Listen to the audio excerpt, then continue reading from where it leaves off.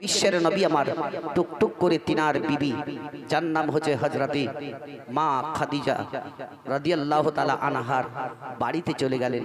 হযরতে খাদিজা রাদিয়াল্লাহু তাআলা আনহা বিশ্বের নবীর রাস্তাটা দেখতেছিলেন, কতক্ষণে নবী আমার আসবেন।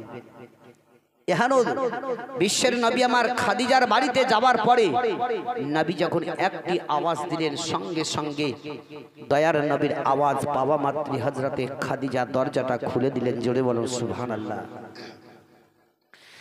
ওই সমাদে হযরতে খাদিজা রাদিয়াল্লাহু তাআলা আনহা বিশ্বের নবীর দিকে লক্ষ্য করে দেখলেন। দেখছেন তো দয়ার নবীর শরীরের মধ্যে কাঁপুনি রয়ে গেছে, এমনকি কাঁপুনি যে উঠে গেছে। থরথর করে নবী আমার কেঁপে যান।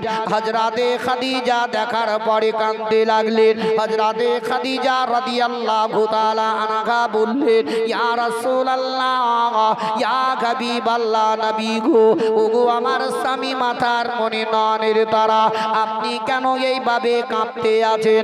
এতদিন ধরে আপনার সঙ্গে আমি বসবাস করলাম, তবে আপনার শরীরের কাঁপনিটা আমি কোনোদিন দেখতে পাই নাই, তবে আজকের শরীরের কাঁপনিটা কেন? হযরতে খাদিজার দিকে লক্ষ্য করে নবী আমার বললেন, খাদিজা, তবে একটু তুমি চোখের পানিটা বন্ধ করো। হযরতে খাদিজা রাদিয়াল্লাহু তাআলা আনহা বলে, ইয়া রাসূলুল্লাহ, ওগো আমার স্বামী মাথার মনে নয়নের তারা, তবে আপনার শরীরের কাঁপনি কেন? একবার আপনি আমার বলুন না কেন? হযরতে খাদিজা রাদিয়াল্লাহু তাআলা আনহাকে বিশ্বের নবী বললেন, খাদিজা, একটু তুমি আমার ভিতরে নিয়ে চলো। হযরতে খাদিজা ভিতরে নিয়ে গেলেন।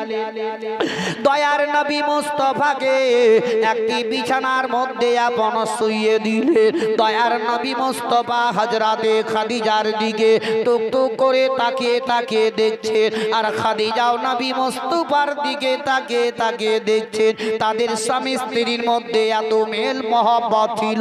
হযরতে খাদিজা রাদিয়াল্লাহু তাআলা আনহা বলেন, ইয়া রাসূলুল্লাহ, ইয়া হাবিবাল্লাহ, নবী গো, ওগো আমার স্বামী গো, আপনার শরীরের কাঁপনিটা বেড়ে যাচ্ছে, আপনার কাঁপনি বন্ধ হয় না কেন? তবে এমন কি হয়েছে বলো না কেন? নবী আমার বললেন, খাদিজা, তবে একটু চোখের পানি বন্ধ করো। আমি নবী মুস্তাফা, আমি আর সহ্য করতে পারি নাই। ওগো খাদিজা,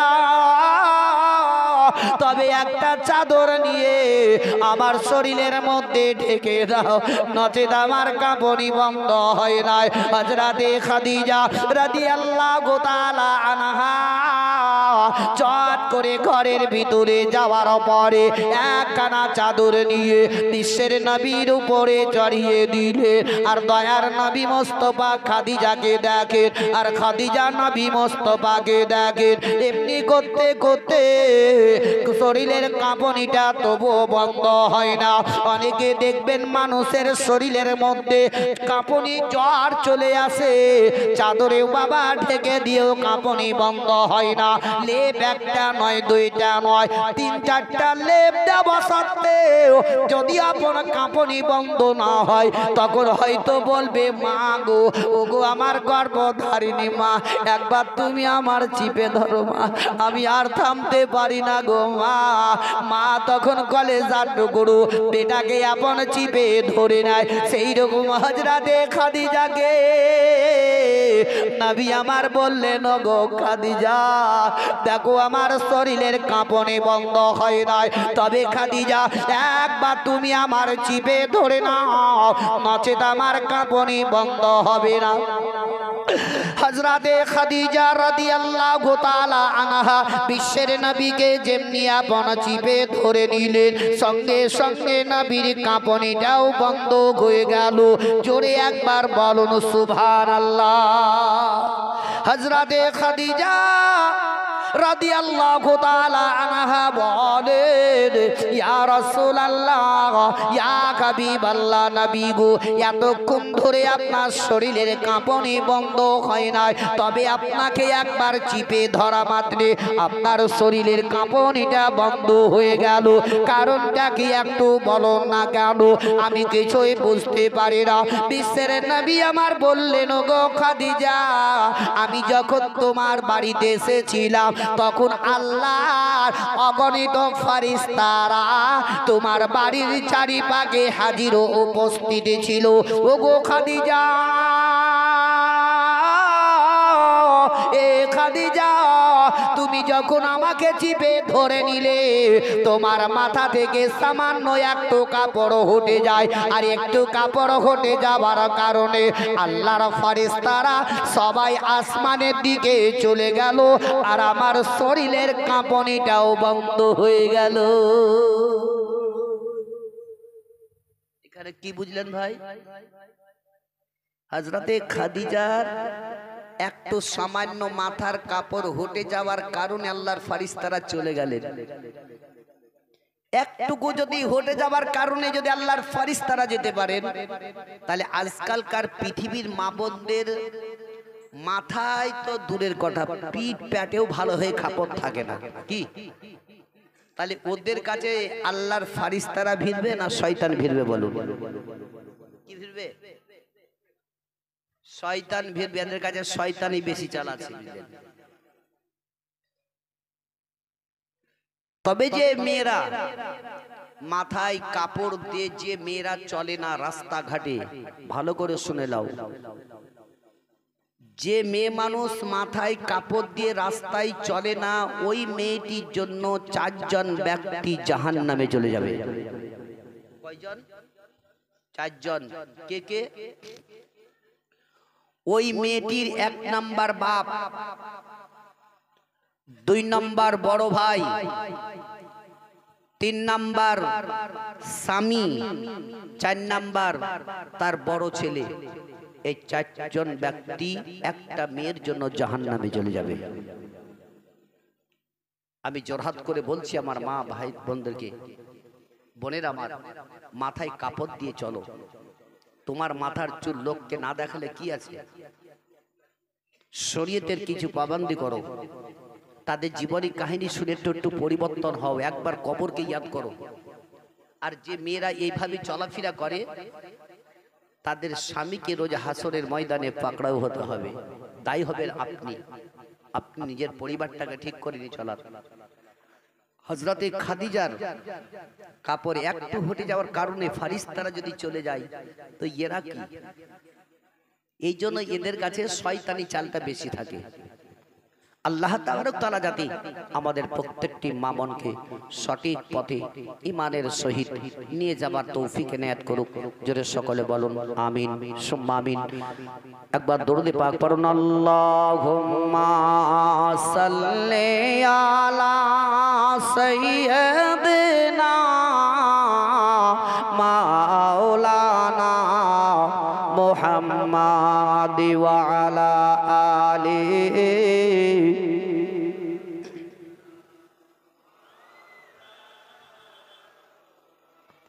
সাল্লাল্লাহু আলা মুহাম্মাদিন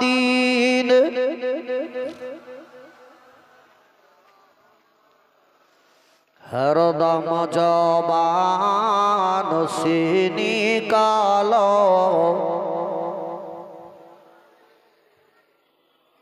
হরদম জবান সে নিকালো।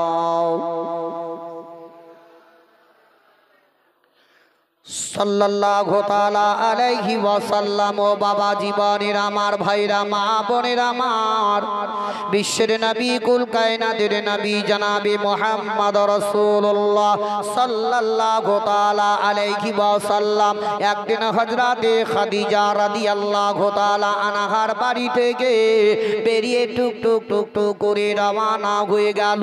যার নাম হলো হযরতে রাবিয়া বসরি।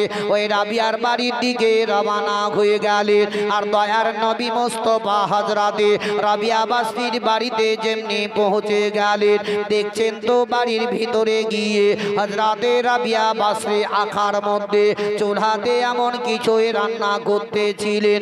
দয়ার নবী মুস্তাফা বাড়ির ভিতরে যাওয়ার পরে হযরতে রাবিয়ার দিকে তাকিয়ে দেখছেন, এবং যে ঘরে রাবিয়া বাসরি নামাজ পড়তেন ওই মেয়ে মানুষ রাবিয়া যে জায়গায় নামাজ পড়তেন দাঁড়িয়ে দাঁড়িয়ে ওই জায়গাটা একটু গর্ত হয়ে গেছে।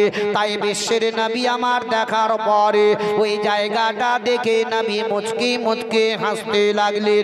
এমন সমাদে রাবিয়া বাসরির দয়ার নবী মুস্তাফার মুখের দিকে চেহারার দিকে নজরটা পড়ে গেল। হযরতে রাবিয়া দেখছেন নবী মুস্তাফার মুখখানা মুস্কুরাহট হয়ে আমার বাড়িতে দাঁড়িয়ে আছে। এমন সমাদে হযরতে জিবরিলে আমিন আল্লাহর নবীর কাছে আসার পরে বলেন, ইয়া রাসূলুল্লাহ, ইয়া হাবিবাল্লাহ, নবী গো আপনি কেন মুচকে মুচকে হাসতে আছেন? রাবিয়ার বাড়িতে আসার পরে কারণটাকে দয়ার নবী বললেন, হে জিবরিল, দেখো দেখো রাবিয়া যে জায়গাতে দাঁড়িয়ে নামাজ পড়ে ওই জায়গাটা গর্ত হয়ে গেছে, তাই দেখে আমি মুচকে মুচকে হাসি। হযরতে জিবরিলে আমিন বললেন, ইয়া রাসূলুল্লাহ, ইয়া হাবিবাল্লাহ, নবী গো রাবিয়া বাসরি আজ থেকে শুরু থেকে নিয়ে আজ পর্যন্ত যত আল্লাহর ইবাদত করেছে, আল্লাহর যত নামাজ পড়েছে, একটাও আল্লাহর দরবারে কবুল হয়নি। আহারে বাপজিরা আমার, যদি আপনাদের ইমাম সাহেব কোনো মুসল্লিকে বলে দেয় তোমার নামাজ পড়া হয় না, দেখবেন কাল থেকে আর মসজিদে যাবে না। যাবে? বলবে কি মৌলবি তো বলছে আমার নামাজ হয় না, তো যাব কি করতে? আমাদের মনের মধ্যে খটকা লেগে যাবে। জিবরিল যখন নবীকে বললেন, ইয়া রাসূলুল্লাহ, রাবিয়ার নামাজ আল্লাহ একটাও কবুল করেনি, দয়ার নবীর মুখখানা শুকমুখ হয়ে গেল। রাবিয়া বাসরি তাকে তাকে দেখছেন, নবী আমার মাথা নত করে নিয়েছেন। রাবিয়া বাসরি আখা থেকে চুলহার নিকট থেকে উঠে আসার পরে বলতে আছেন, ইয়া রাসূলুল্লাহ, ইয়া হাবিবাল্লাহ, নবী গো আপনাকে ঢোকার সমাতে দেখলাম মুচকি মুচকি হাসতেছিলেন, আর এখন কেন আপনার মুখখানা শুকমুখ হয়ে গেছে? কারণটা কি একটু বলুন না কেন? নবী আমার চুপ করে আছেন। দ্বিতীয়বার বললেন, ইয়া রাসূলুল্লাহ, একবার আপনি বলুন না কেন? তবু নবী বললেন না। দ্বিতীয়বার যখন জিজ্ঞাসা করা হলো, হযরতে রাবিয়ার দিকে তাকিয়ে বললেন, ওগো রাবিয়া, তুমি যে জায়গাতে নামাজ পড়ো ওই জায়গাটা গর্ত হয়ে গেছে, তাই আমি দেখে মুচকে মুচকে হাসতেছিলাম। ওগো রাবিয়া, তবে জিবরিল বললেন তোমার নামাজ আল্লাহর দরবারে একটাও কবুল হয়নি, তাই আমার মুচকে হাসিটা বন্ধ হয়ে গেল, মুস্কুরাহটটা হারিয়ে গেল। আল্লাহর নবী দয়ার মুস্তাফার দিকে তাকে হযরতে রাবিয়া বাসরি বললেন, ইয়া রাসূলুল্লাহ, ইয়া হাবিবাল্লাহ, নবী গো আল্লাহ আমার একটা নামাজ কবুল করো কি না করো? ইয়া রাসূলুল্লাহ, আদেশ দিয়েছে প্রত্যেকটা নর নারীর উপরে ওই নামাজ ফরজ করে দিয়েছে, নামাজ আদায় করার জন্য বলেছে। ওই নামাজ আল্লাহর দরবারে কবুল হোক ইয়া না হোক, তবুও কিন্তু আল্লাহর ইবাদত আমি ছাড়ব না। রাবিয়া বাসরি যেমনি এই কথা বলে দিলেন, সঙ্গে সঙ্গে হযরতে জিবরিলে আমিন বিশ্বের নবীর দিকে তাকিয়ে বলেন, ইয়া রাসূলুল্লাহ, ইয়া হাবিবাল্লাহ, নবী গো রাবিয়া শুরু থেকে নিয়ে আজ পর্যন্ত আল্লাহর যা কিছু ইবাদত করেছে, যাই নামাজ পড়েছে, আল্লাহর দরবারে সমস্ত সব কিছু কবুল হয়ে গেছে। ওইরকম যদি আমরা সাহসী নিয়ে যদি রাগ না করে নামাজ পড়িতে হবে না, হবে না? কিন্তু আমরা রাগ করে থেকে যাই। এমনও কিন্তু দেখেন কিছু কিছু মুসল্লিরাও আছে, পুরানো মুসল্লি গিলা, আর নতুন নতুন যদি নামাজ কিছু কিছু লোক মুসল্লি যায়, নামাজ হয় না, ফের তো কি কোথায় বলবে না? কিন্তু বাপ আমি জোরহাত করছি, আপনি পুরাতন হচ্ছে নতুন, ও যদি না জানে আপনি শিক্ষা দিয়ে দেন, আপনি নিজের পাশে নিয়ে দাঁড়ান, ওর বাপ যদি না এসছে তো কি হলো, বেটা তো এসছে, যা কেউ তো এসছে, তাকে আস্তে আস্তে শিক্ষা দেওয়ার চেষ্টাটা করবেন। এমন একটি জিনিস যে বিশ্বের নবী আমার এই নামাজ প্রতিষ্ঠিত করতে গিয়ে এত কষ্ট পেয়েছেন, তবু নবী কখনো নামাজ পড়তে ছাড়েননি। জোরে বলুন সুবহানাল্লাহ। যেই নবী মুস্তাফার উপরে অত্যাচারী চলেছিল, সেই সময়তেও আপন কি আল্লাহর নবী তবু ইসলাম প্রচার করতে ছাড়েননি। যে নবী আমার মক্কা নগরে একটা ছোট্ট কুটির ঘরের ভিতরে বসে বসেই আল্লাহর নবী কোরআন তেলাওয়াত করতেছিলেন। জোরে বলো, কোরআন তেলাওয়াত করতেছিলেন। আবু জেহেল চট করে উঠে নবীর প্রতি অত্যাচারী শুরু, এমনকি মক্কা থেকে মদিনাতে গেল, আর মদিনাতে কিছুটা লোককে ডেকে জামায়াত করলো, বৈঠক করে তাদের মধ্যে দিয়ে একজনকে সর্দার মোড়ল তৈরি করে দিয়ে বলছে, শুনো, ওই দেখো মক্কার বাইরে একটা জায়গাতে তাম্বুতে বসে আছে একটা লোক, কালো কুদসি, দেখতে খুবই খারাপ, সে যে মানুষকে দেখে তাকেই ঢেল মারামারি করে। আচ্ছা বলুন কেমন অত্যাচারী দেখুন। এই মিথ্যাবাদী আবু জেহেল তাদের মনকে বিভিন্ন রকমের কথাবার্তা বলে মনকে ফেটে দিয়েছে, বুঝলেন। এমন কি ওই সর্দার বলছে, তোমরা 10টা যুবক একটু দাঁড়িয়ে যাও, এই যুবক জওয়ান না হলে পরে ওকে মারতে পারা যাবে না, কেন ওর কাছে ঢেল পাথর থাকবে, হয়তো মেরে দিবে। তো যে তোমরা তো যাবে, তবে তোমরাও তো কিছু একটা হাতে নিয়ে যাও, অস্ত্র ফস্ত্র তো নিয়ে দেবে, নাহলে তো ব্যাপার খুব খারাপ। আবু জেহেল যেভাবে কথা বলছে, তো এরা 10 জনাতে বেশ হাট্টা কাটা মোটা মোটা শরীর শক্তিশালী বললেন। 10টা যুবক হাতে হাতে পাথর নিল। ওই 10টা যুবকের আপন বাবা চললো কোথায়, মক্কার বাইরে তাম্বুর ভিতরে যে নবী আমার কোরআন তেলাওয়াত করতেছিলেন। আর 10টা যুবকে যাওয়ার পরে আপন দূরে দাঁড়িয়ে গেল, কেননা ভয়ে তারা আগায় না, যদি একবার আমাদেরকে দেখে নাই পাথর মারতে আরম্ভ করবে, ভয়ে ভয়ে কিন্তু এরা দূরে দূরে দাঁড়িয়ে আছে। ও বাবা জীবনের আমার ভাইরা, ওই সমাধি একটা যুবককে বলে দিল, বলে একজন চলে যা, যদি তোকে মারতে আরম্ভ করে তবে আমরা 9 জনাতে পিছন থেকে ধাওয়া করে তাকে আমরা মারতে আরম্ভ করব, তাকে আমরা শেষ করে দিব। একটা যুবক বাবা চুপে চুপে যখন আড়ালে গিয়ে দূর থেকে একটু তাকে দেখতে লাগলো, দেখছে তো ওই লোকটা এত সৌন্দর্য নোরানি চেহারা বাবা। তখন আবু জেহেল বলেছিল কালো কুদসি, কিন্তু সেটা মিথ্যা কথা, এটাই হলো সত্য। দাবির চেহারা হলো নোরানি, এমনকি মুখে দাড়ি ভরা, মুখ ভরা দাঁড়িয়ে আছে, দেখতে খুব সৌন্দর্য। এই জবানটা আপন ঢেল ফেলে দিয়ে দূরে দূরে তাদের কাছে গিয়ে বলতে লাগলো, বলে শোনো রে, আমরা মদিনাতে যেই কথাগুলা শুনেছি ওইগুলা সম্পূর্ণ একদম ভুল, কিন্তু সত্য হলো এটাই, লোকটা এত সুন্দর এইরকম লোক কোনোদিন আমরা দেখি নাই। চলো তার কাছে আমরা সকলে মিলে চলে যাই। টুকটুক করে 10 জনাতে যেমনি চলে গেল, যাওয়ার পরে দেখতে পেল ওই পবিত্র কোরআন তেলাওয়াত করতেছিলেন, এমনকি মুখ ভরা দাঁড়িয়ে আছে, দেখতে খুব সৌন্দর্য। 10টা জওয়ানি বাবা দেখতে দয়ার নবী আমার দেখার পরে তাদেরকে হাতের ইশারা করে ডেকে নিলেন। দেখার পরে আপন দয়ার নবী মুস্তাফার কাছে বসে গেল, নবীর সঙ্গে আলাপ আলোচনা করতে লাগলো। ওই 10টা নওজওয়ানে দয়ার নবী মুস্তাফার প্রেমে পড়ে গেল। 10টা যুবকে বলতে লাগলো, ইয়া রাসূলুল্লাহ, ইয়া হাবিবাল্লাহ, নবী গো, আপনি আমাদেরকে কলমাটা পড়িয়ে দিন, আপনার প্রতি আমরা ঈমান নিয়ে চলে আসবো। 10টা যুবকে কলমা পড়ে নিল, তারা নবী মুস্তাফার সঙ্গে আলাপ আলোচনা করতেছিল। এদিকে আবু জেহেল ওই মক্কা মদিনার ওই লোকেদের থেকে সর্দার জারি করা হয়েছিল। ও আপন বলতে লাগলো, কি ব্যাপার, তাদের 10 জনাকে কি মেরে শেষ করে দিল, এখন পর্যন্ত কেন আসে না? চলো আমরা একটু আগে চলে যাই, কি ঘটনা ঘটেছে দেখা যাক। আবু জেহেলও তাদের সঙ্গে চলল। তারা সকলে মিলে ওই তাম্বুর নিকটে যেমনি চলে গেছে, দেখছে তো 10 জনাতে নবী মুস্তাফার সম্মুখে বসে আলাপ করে। এরা বলছে এই তোদেরকে এই করতে পাঠিয়েছিলাম না তোদেরকে মারতে পাঠিয়েছিলাম বল।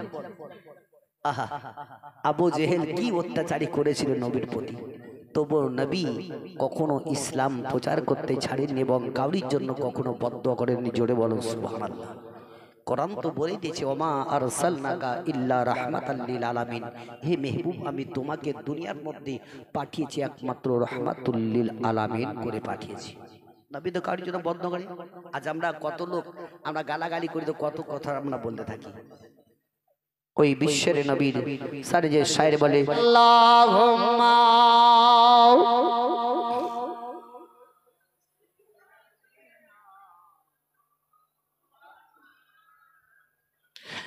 ওয়া আলা আলি সাইয়্যিদিনা মুহাম্মাদ সাল্লাল্লাহু আলাইহি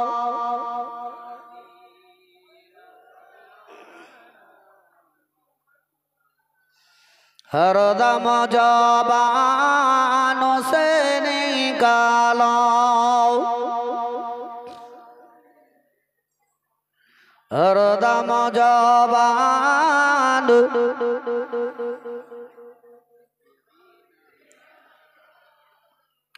সাল্লাল্লাহু তাআলা আলাইহি ওয়াসাল্লাম। ও বাবা জীবনের আমার ভাইরা আমার, বিশ্বের নবী রাহমাতুল লিল আলামিন দয়ার নবী আমার টুক টুক টুক টুক টুক টুক করে নিজের হুজরা খানায় গেলেন। দয়ার নবী মুস্তাফা আমার হুজরা খানায় আছেন, এমনকি দয়ার নবীর শরীরটা অসুস্থ হয়ে গেল। দয়ার নবী মুস্তাফার শরীরে এমন একটু অসুস্থ হয়ে চুপচাপ দয়ার নবী আমার নিজের হুজরা খানায় শুয়ে আছেন। এমন সময়তে মা আয়েশা সিদ্দিকা রাদিয়াল্লাহু তাআলা আনহা বিশ্বের নবীর কাছে চলে গেলেন।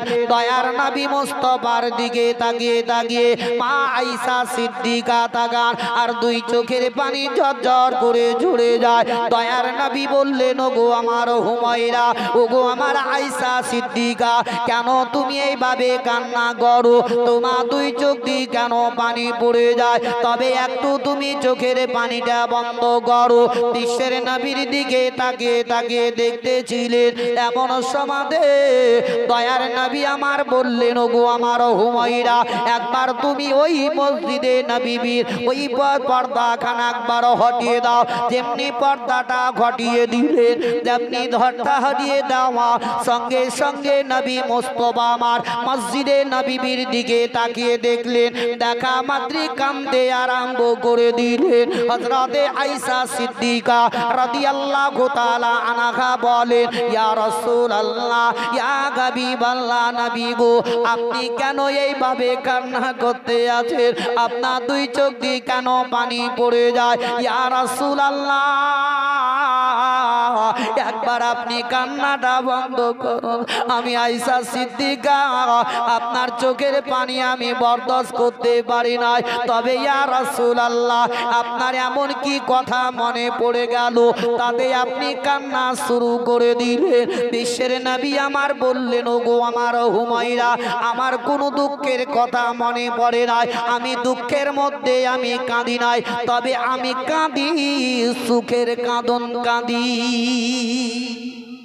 বলে দুঃখের কাঁদন কাঁদি না, আমি সুখের কাঁদন কাঁদি। হযরতে আয়েশা সিদ্দিকা বললেন ইয়া রাসূলুল্লাহ, ইয়া হাবিবাল্লাহ, নবী গো তবে এমন সুখের কাঁদন কি এমন হতে পারে? দুঃখে মানুষ কান্না করে, কষ্ট পেলে মানুষ কান্না করে, বাপ মারা গেলে মা মারা গেলে তখনই মানুষ কান্না করে। তবে আপনি কি এমন দুঃখের সুখে আপনি কান্না করেন? দয়ার নবী বললেন ওগো আমার হুমায়রা, আমি এই জন্য জন্যই কান্না করি গো।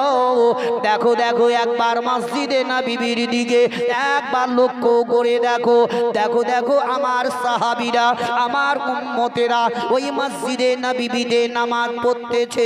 এই নামাজকে প্রতিষ্ঠিত করতে গিয়ে আমি উহুদের ময়দানে, উহুদের যুদ্ধের ময়দানে আমি লড়াই করেছি, বদরের যুদ্ধের ময়দানে লড়াই করেছি, মক্কার লোকেরা অত্যাচার করেছে। এই নামাজকে প্রতিষ্ঠিত করতে গিয়ে ওগো আমার হুমায়রা, তবে আমার ওই কথাটা আমার মনে পড়ে গেল, যেদিনকে আমি পৃথিবী দুনিয়া ছেড়ে চলে যাব, তবে আমার উম্মত উম্মতিরা কিয়ামত পর্যন্ত এই নামাজ তারা এইভাবেই পড়তে থাকবে। ওগো আমার হুমায়রা, তার খুশিতে আমি কান্না করি। আমার উম্মত উম্মতিরা নামাজে পড়বে, তারা খুশিতে, তার খুশিতে আমি কান্না করি। হযরতে মা আয়েশা সিদ্দিকা রাদিয়াল্লাহু তাআলা আনহাকে বললেন, ওগো আমার হুমায়রা আয়েশা, যাও যাও তোমার পিতা যার নাম হলো হযরতে আবু বকর সিদ্দিককে আমার নিকটে ডেকে দাও। দয়ার নবী মুস্তাফার নিকটে হযরতে আয়েশা সিদ্দিকা বললেন, ইয়া রাসূলুল্লাহ, ইয়া হাবিবাল্লাহ, নবী গো, আমার পিতা আমার আব্বা জান আবু বকর সিদ্দিককে কেন আপনার নিকটে ডাকবো? দয়ার নবী বললেন, ওগো আমার হুমায়রা, আমার শরীরটা অসুস্থ হয়ে গেছে, তবে আমার মনে গাওয়া দিচ্ছে ওই মসজিদে নববীতে আমি আর যেতে পারবো না, তবে আমার আবু বকরকে আমার জায়গাতে নামাজ পড়াতে বলবো। হযরতে আয়েশা সিদ্দিকা রাদিয়াল্লাহু তাআলা আনহা বললেন, ইয়া রাসূলুল্লাহ, ইয়া হাবিবাল্লাহ, নবী গো, আমার আব্বা আপনার ওই জায়গায় দাঁড়িয়ে দাঁড়িয়ে নামাজ পড়াতে পারবেন না, কেননা আমার আব্বা নরম দিলের লোক। আপনার ওই জায়গাতে যখনই দাঁড়াবেন তখন আমার আব্বা কেঁদে ফেলবেন, আমার আব্বা সহ্য করতে পারবেন না। ইয়া রাসূলুল্লাহ, ইয়া হাবিবাল্লাহ, নবী গো, আমার আব্বাকে ওই জায়গায় নামাজ পড়াতে পাঠাবেন না। হযরতে আয়েশা সিদ্দিকাকে নবী আমার বললেন, ওগো আমার হুমায়রা, একবার তুমি আমার নিকটে ডেকে দাও। হযরতে আয়েশা সিদ্দিকা ডাক করলেন। হযরতে আবু বকর সিদ্দিক রাদিয়াল্লাহু তাআলা আনহু যেমনি চলে গেলেন, তিনাকে বললেন, চলে যাও, আমার ওই জায়গাতে দাঁড়িয়ে তুমি আপন নামাজে পড়াবে। হযরতে আবু বকর সিদ্দিক রাদিয়াল্লাহু তাআলা আনহু বিশ্বের নবীর কাছে দাঁড়িয়ে গেলেন। দয়ার নবী একবার নয়, দুইবার নয়, তিনবার বললেন, আবু বকর সিদ্দিক কিন্তু জান্না মসজিদে নববীতে, কেননা একটাই কারণ, যদি আমি চলে যাই আর নবী যদি ইন্তেকাল হয়ে যান, তবে আমার কোনোদিন নবীর সঙ্গে আমার আলাপ আলোচনা হবে না। ও আমার ভাইরা, বাপজিরাই আমার, ও আমার দরদি জননী মায়েরাই আমার। হযরতে আবু বকর সিদ্দিককে যখন আপন পাঠিয়ে দেওয়া হলো, হযরতে আবু বকর সিদ্দিক ওই মসজিদে নববীতে নামাজের জন্য যেমন দাঁড়িয়ে গেছেন, এদিকে হযরতে উসমান ও আলী রাদিয়াল্লাহু তাআলা আনহু বিশ্বের নবীকে নামার জন্য টুকটুক করে বাড়ির দিকে রওনা হয়ে গেলেন। কিন্তু হযরতে আবু বকর মসজিদে নববীতে নামাজের জন্য চলে গেছেন। তারা সকলে যখন জিজ্ঞাসা করলেন, তারা বললেন, নবী আমার আসবেন না। মসজিদে নববীতে যত লোক ছিল তারা সকলে অঝর নয়নে কাঁদতে আরম্ভ করে দিল। তাদের কান্নার আওয়াজ আমার বিশ্বের নবীর কানে চলে গেল। মা আয়েশা সিদ্দিকাকে বললেন, ওগো আমার আয়েশা, ওগো আমার হুমায়রা, দেখো কান্নার আওয়াজটা আসছে কোন দিক থেকে? আয়েশা বললেন, ইয়া রাসূলুল্লাহ, ওই মসজিদে নববীর দিক থেকে ওই কাঁদার আওয়াজটা চলে আসতে আছে। দয়ার নবী মুস্তাফার দিকে লক্ষ্য করে ওই মসজিদে নববীর লোকেরা এত কেঁদেছিল, এত কেঁদেছিল, মনে হচ্ছে কি এই মুহূর্তে মসজিদে নববীতে কিয়ামত হয়ে যাবে।